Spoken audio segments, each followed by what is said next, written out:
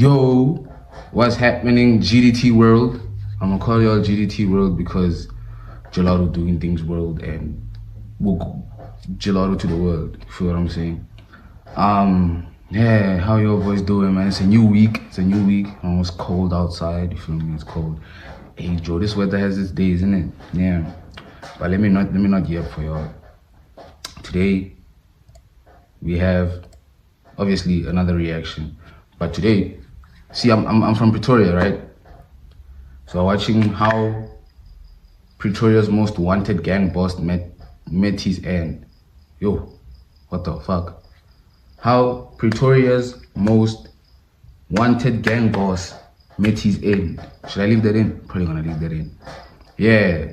So watching a gang boss and how they met their end. You know the saying, you live by the gun, you go die by the gun. So don't come for me. I'm just saying, I'm a citizen. I'm just saying, you live by the gun, you die by the gun. You live by the, you die by the. Feel what I'm saying? Yeah. So man, yeah, hopefully y'all like, comment, subscribe, and please tell me what you guys want me to react to. Maybe it's your favorite YouTuber or something, you know. I would love to react to that. Anything goes for real, anything goes. You just let me know, I'll react. But yeah, let's tap in, let's lock in. That's what I'm saying, yeah. On June 25th, 2023, Mimfo Ndloga, better known on the streets as SDUMANE 55, 23, Mimfo Ndloga, better known on the streets as SDUMANE 55, drove into a car wash in Mabopane Block D. It was a place he visited often. Nothing about that day seemed unusual. He could clean his car, relax with his friends, and enjoy the usual laughs and good music. But what he didn't know was that death was already waiting for him. Ndloga wasn't just any man. He was a gangster, a leader, and a symbol of crime that felt untouchable. From hijackings to armed robberies, he had created chaos across Pretoria and flaunted the rewards of his crimes. Why, like, I know this place? I feel like chaos. You see here by like this tower here, this telecom tower here. That's like where I used to live back in my prime, Sunnyside. Dangerous place, I don't lie. Well, here and there, it depends where you are in Sunnyside. It's a dangerous place. But yeah, have y'all ever had an encounter with a gang? Because I have, and it was not the best. I ran away, obviously, because I'm a citizen. What am I doing? You know what I'm saying? I ran away. So, yeah, let's... Across Pretoria and flaunted the rewards of his crimes on social media like they were trophies. People saw him as more than a gangster. They saw him as a myth. But on that day, that myth came to an end. In a matter of seconds, everything changed. So what really happened at the car wash that day? Who wanted Pretoria's most wanted gangster gone so badly that they pulled the trigger in broad daylight? This is the story of the hit. Almost everyone would want the gang boss dead, innit? Mimfo Ndloga was born and raised in the tough neighborhoods of Tshwane. From the very start, life was an uphill battle. He grew up in a household where struggle wasn't something spoken about. It was lived day after day. His family wasn't wealthy, and there was no safety net when things went wrong. As a young boy, Mimfo was described by neighbors as quiet but observant. He watched everything. The guys who had the nicest clothes, the ones who rolled by in cars that made the whole block turn their heads. They were respected, they were feared, and they never seemed to want for anything. That image stuck with him. In his mind, they had found the escape route from poverty, and he wanted in. By his teens, Mimfo wasn't just watching anymore. He was moving. Small errands for local thugs turned into bigger jobs. Soon enough, he was part of a fast-growing network of car hijackers that operated across Tshwane. The jobs were dangerous, but the rewards came fast, and with it came fast attention. That's when the nickname, SDUMANE 55, started spreading. No one's sure where the 55 came from. Some say it was his lucky number. Others think it marked a crew or a code. But SDUMANE became more than a name. It stood for confidence, defiance, and danger. While most gangsters kept a low profile, SDUMANE did the opposite. Gents, don't become thugs, bro. If there's nothing, if your life is headed in the wrong direction, try YouTube.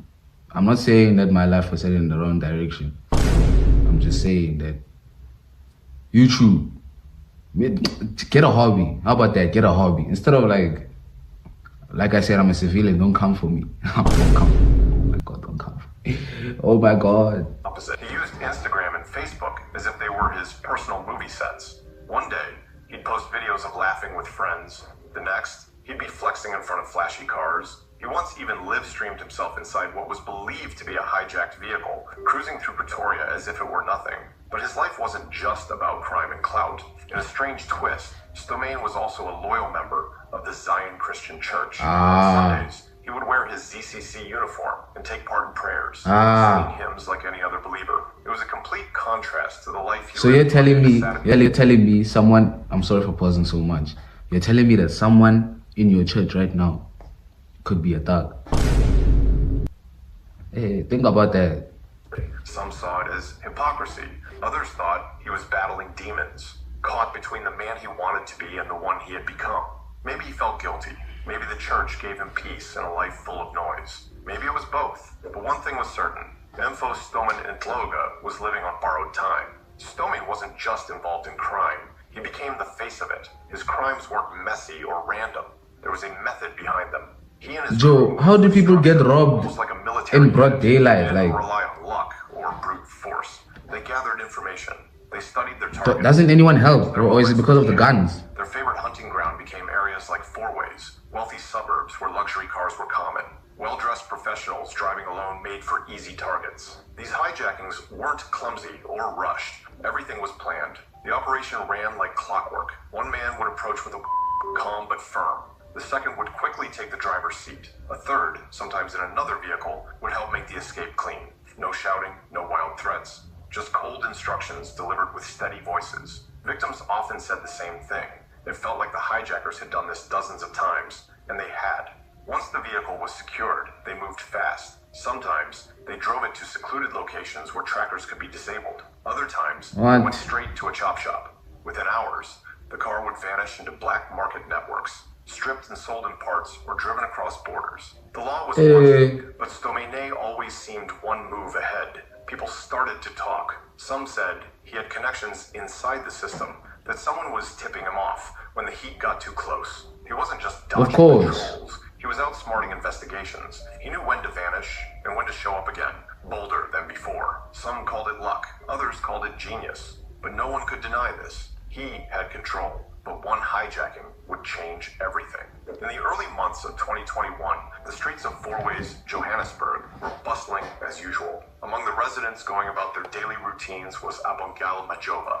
On this particular day, she was on a mission to deliver medication to a friend battling the flu.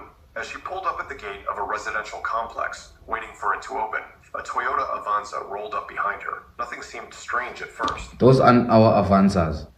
Those are not our Avanzas. Let me show you our Avanzas, bro. These are our Avanzas. These are the ones. Probably like most of South African people have been in this car, bro. There's no way in life. There's no way you just have never been in a car like this. An Avanza. You've bro, come on. These are our first ever taxis, I swear. Ne? I think so, yeah. But in seconds, the calm was shattered. Doors flew open.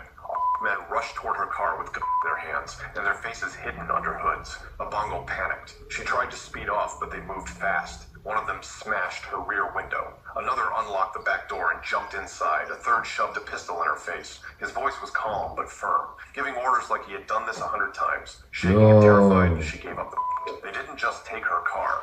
They took her with... Hey, boys, I crashed out. I crashed out. As you can see, the beanie went off. You know what? We'll just continue without the beanie. Maybe if I need it, we'll put it back on. But it's a cut for a real nigga, though. Tell me I'm lying. Tell me I'm lying. Look at that. I'm just saying. But yeah, let's get back into it, man. They took her with them. They drove for what felt like forever. They took her with. No idea where they were headed. Eventually, they reached a shack hidden in a quiet area. That's where they stripped the car of its tracker so it couldn't be traced. But it didn't stop there. They took her bank cards, forced her to give up her PINs, and demanded her iPhone.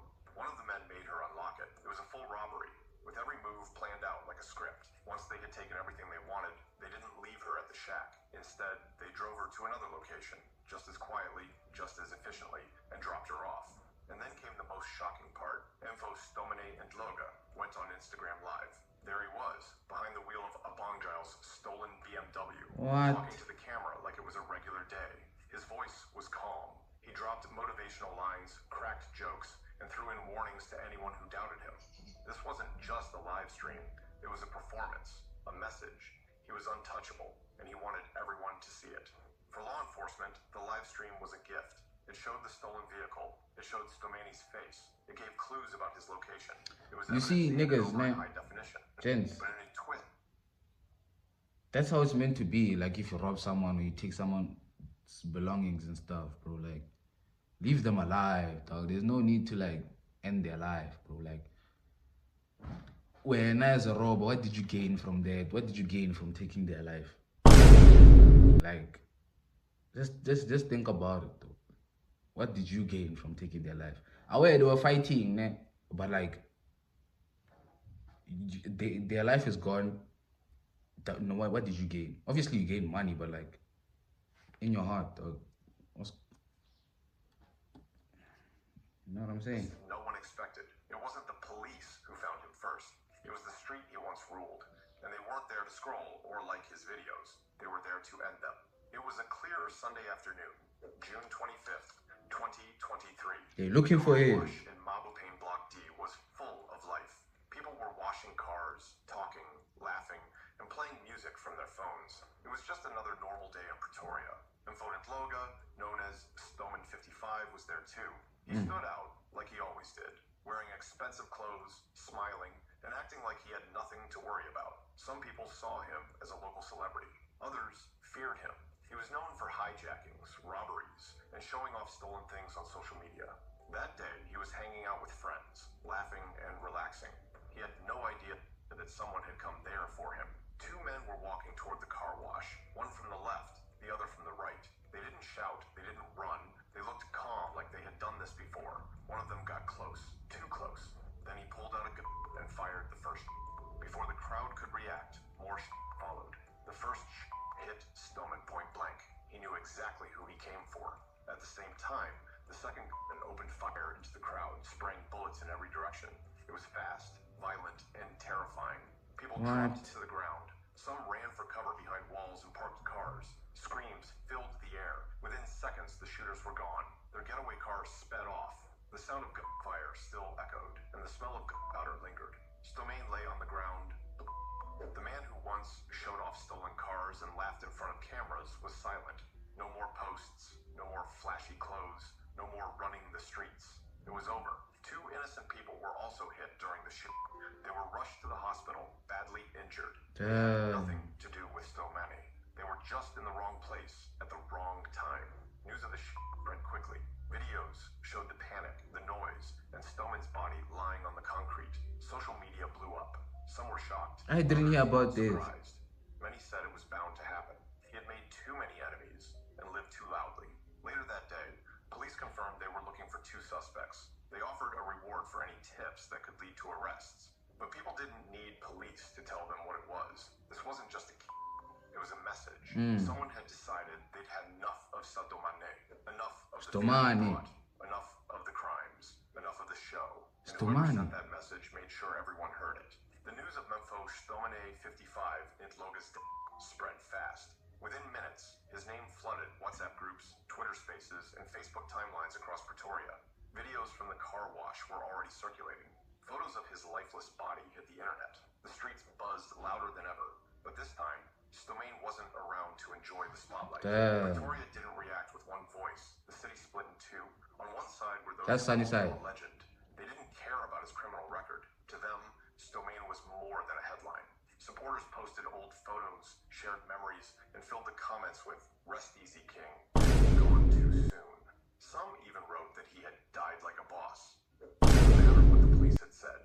It didn't matter what he had. Bro, what? You know what? I'm not even gonna get into it because now I'm gonna have a target on my back. So I'm just gonna leave it at that. They said what they said. You know, I'm a civilian. I'm just gonna. Done. What they saw was someone who had played the game hard and lived without fear. But not everyone saw a hero. people who had stayed quiet while he was alive, victims, families, mothers who had begged their sons not to follow his path, people who had sat frozen behind the wheel while someone with a gun pulled them out of their own car. To them, the tributes felt like a slap in the face. How could anyone celebrate the man who had taken so much? They remembered the threats, the robberies, the trauma that never made it into Instagram clips. They watched in anger as the media called him a local icon or a well-known influencer, barely mentioning the stolen cars, the police investigations, or the fear he left behind. In the crime seemed to vanish, and that didn't sit right. After the death of Info and Tlogi, many expected a major shift in Pretoria's criminal underworld. However, there's been very little information about what happened to his gang. No public arrest, no big police operations, no more flashy videos online bragging about stolen cars or money. It's almost like the group disappeared. That silence has led many to believe one of two things. Either the gang disbanded completely, or they decided to move differently, keeping a low profile and avoiding the kind of attention SDUMANE brought on them. But when you zoom out and look at the bigger picture, SDUMANE didn't stop the problem. It Car did. hijacking in South Africa is still alive and dangerous. Joke too much. It remains one of the most common and violent crimes in the country. Between April and June 2024 alone, over 5,400 carjackings were reported across South Africa. That's an average of about 60 cars stolen every single day. Compared to the same time in 2023, it's only a small drop, just under 1%. And in some areas, the numbers are actually going up. The Western Cape saw hijackings rise by over 17%, and in the Eastern Cape, the jump was even worse, with a spike of more than 30%. So, while the numbers may look steady or slightly better at a national level, on the ground, many communities are seeing things get worse. And the criminals, they've adapted. Their methods have changed.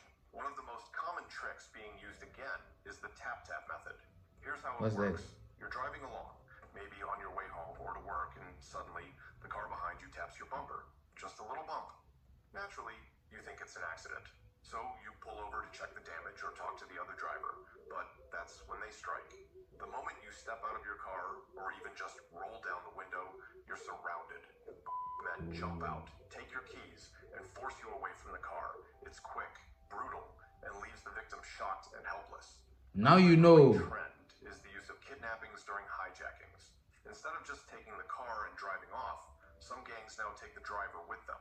Victims are held hostage while their bank cards are emptied.